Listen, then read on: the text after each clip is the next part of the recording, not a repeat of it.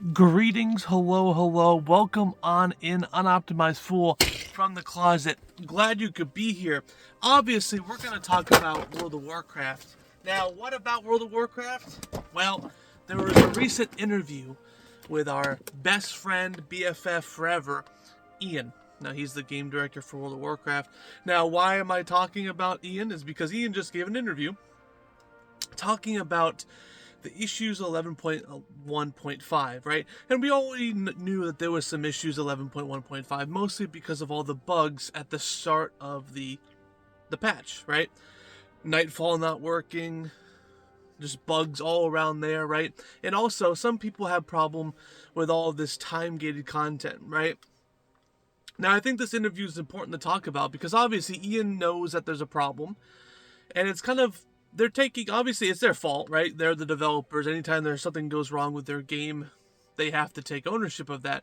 But the fact that Blizzard's having these interviews, having these public, kind of discourses about what went wrong, how they can improve, is a good thing, right? Now, again, we've had many of these before, but it's, in the recent history of these things happening, right? And again, there will be problems no matter what with a live service game like World of Warcraft is. There will be problems on launch. There's stuff that even the best QA team in the world can't catch, and putting it on live servers can crash something. Again, these mistakes happen.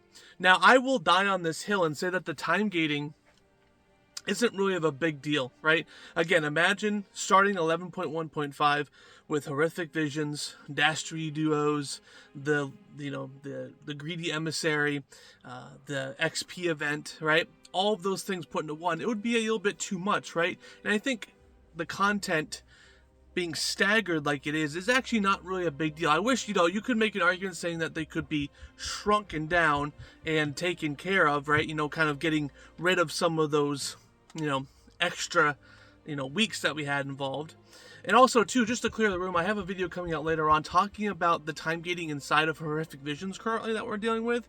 I don't think that once Horrific Vision's out, I think everything should be available, okay? I'll get ahead of myself here and have you guys not write that comment, right? Oh, well, you like the time gating of Horrific Visions even if it's out? No. But between Horrific Visions and the Dastardly Duos or the Greedy Emissary, there should be some time for us to digest the current content first before the next piece of content comes out. That's what I believe in, right? Just to get ahead of it. So, yeah, it's good that this interview's out. Again, the communication is good. Again, you want communication to happen. Blizzard was, for some time, mostly around like Battle for Azeroth and Shadowlands, wasn't really communicating themselves the best that they could do. Now, obviously, do these problems keep happening? Sure. And do they keep learning? Sure.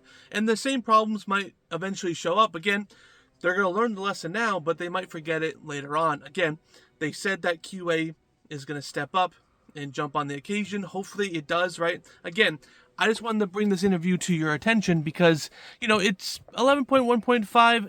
It was very controversial. It wasn't bad.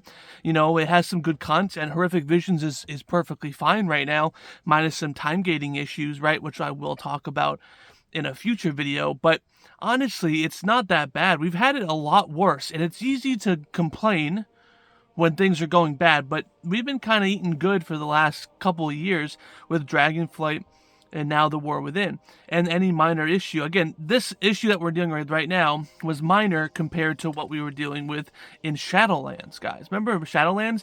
We were complaining that there was no content to do. We wanted bad content just so there was content, right? We were begging for something. Now we get content galore, and it is time-gated, but I think it's actually good. But obviously not as much time-gated as we saw. So there needs to be a balance, honestly. But yeah, what's your opinion? Do you think Ian is just doing damage control? Do you think this is a PR stunt? Or do you think Ian's a changed man? Give him some credit. But Unoptimized Fool from the closet. I'll see you guys next time.